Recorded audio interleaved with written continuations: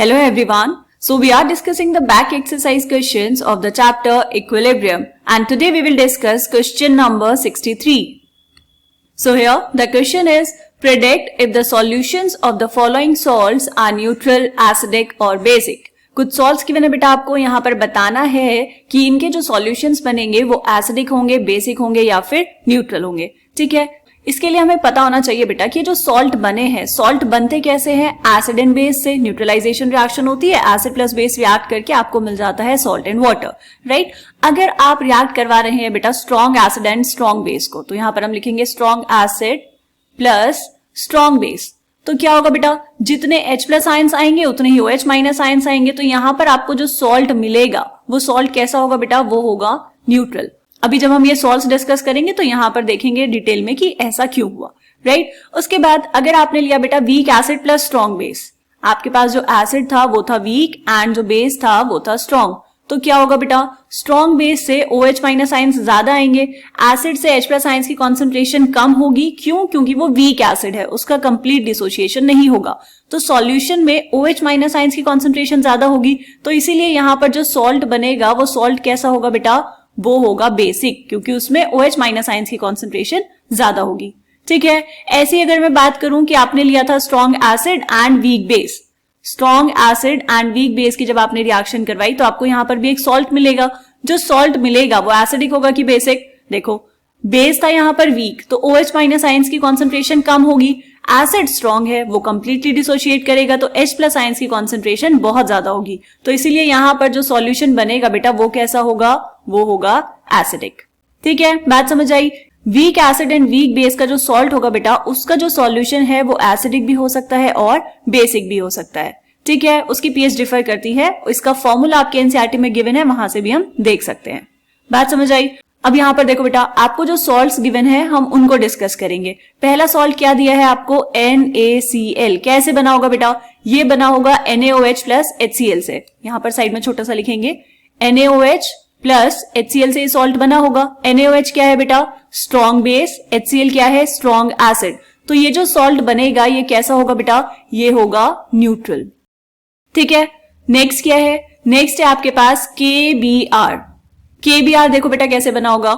KBr बना होगा KOH, ये है स्ट्रॉन्ग बेस, एंड एसिड कौन सा बेटा? HBr. KOH हमें पता है एक स्ट्रॉन्ग बेस है और HBr क्या है बेटा? Strong acid. So strong base and strong acid जब रिएक्ट करेंगे तो जो सॉल्ट मिलेगा वो कैसा होगा बेटा? वो होगा न्यूट्रल.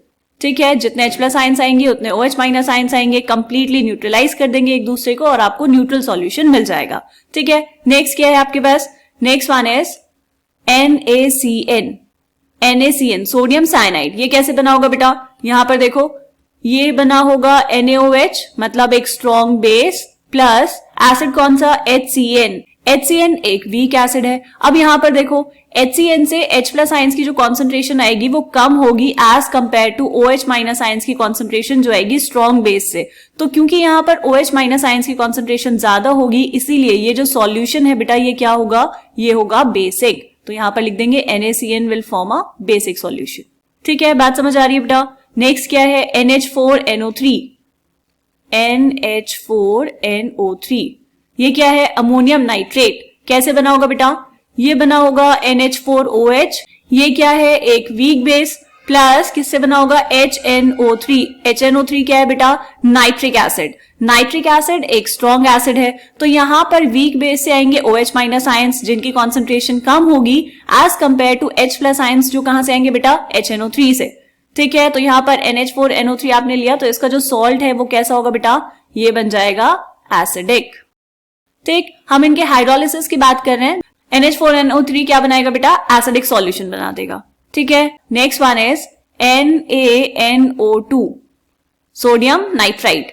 NaNO2 कैसे बना होगा? देखो, ये बना होगा बेटा NaOH प्लस HNO2 से. NaOH तो स्ट्रॉन्ग बेस है और HNO2 क्या है बेटा? Nitrous acid. हमें पता है नाइट्रस एसिड एक वीक एसिड होता है. तो यहां पर स्ट्रॉन्ग बेस लिया है आपने, तो जो सॉल्यूशन है, जो सॉल्ट का सॉल्यूशन होगा वो क्या होगा बेटा? वो हो जाएगा बेसिक. डन. लास्ट वन क्या है बेटा? KF. यहां पर लास्ट दिया है आपको KF. KF कैसे बना होगा बेटा? बेस होगा KOH, केटायन कहां से आता है? बेसिक पार्ट से। एनायन कहां से आएगा बेटा? एसिडिक पार्ट से। तो KOH क्या है? एक स्ट्रॉन्ग बेस, साथ में क्या लिया होगा बेटा? HF। अब ये जो HF है ये स्ट्रॉन्ग एसिड है कि वीक एसिड है? HF एक वीक एसिड है बेटा। ऐसा क्यों? एसिड्स कौन होते हैं? जो H+ आयंस में डिसोशिएट हो जाते हैं। यहां पर जो HF है उसमें प्रेजेंट होती है बेटा हाइड्रोजन बॉन्डिंग, है ना? इंटरमॉलिक्यूलर हाइड्रोजन बॉन्डिंग प्रेजेंट होगी, तो हाइड्रोजन बॉन्डिंग की वजह से ये जल्दी से डिसोशिएट नहीं होता वाटर में, and therefore it is a weak acid. तो यहाँ पर जो सॉल्ट बना है बेटा वो कैसे बना है? Strong base plus weak acid से। तो इसका जो सॉल्यूशन होगा, KF का जो सॉल्ट सॉल्यूशन होगा वो होगा बेटा बेसिक इन नेचर। ठीक है, क्लियर? सिंपल सा कॉन्सेप्ट था बेटा। आपको बस देखना है कि जो आपने सॉल्ट बनाया है वो कैसे बना है, कौन सा एसिड और कौन सा बेस आपने लिया है सॉल्ट बनाने के लिए। वहां से हम बता सकते हैं कि जो सॉल्ट का सॉल्यूशन होगा वो एसिडिक होगा, बेसिक होगा या फिर न्यूट्रल होगा। क्लियर? बात समझ आ गई? चलिए, ये था क्वेश्चन नंबर 63। मिलते हैं नेक्स्ट क्वेश्चन में, तब तक के लिए बाय बाय।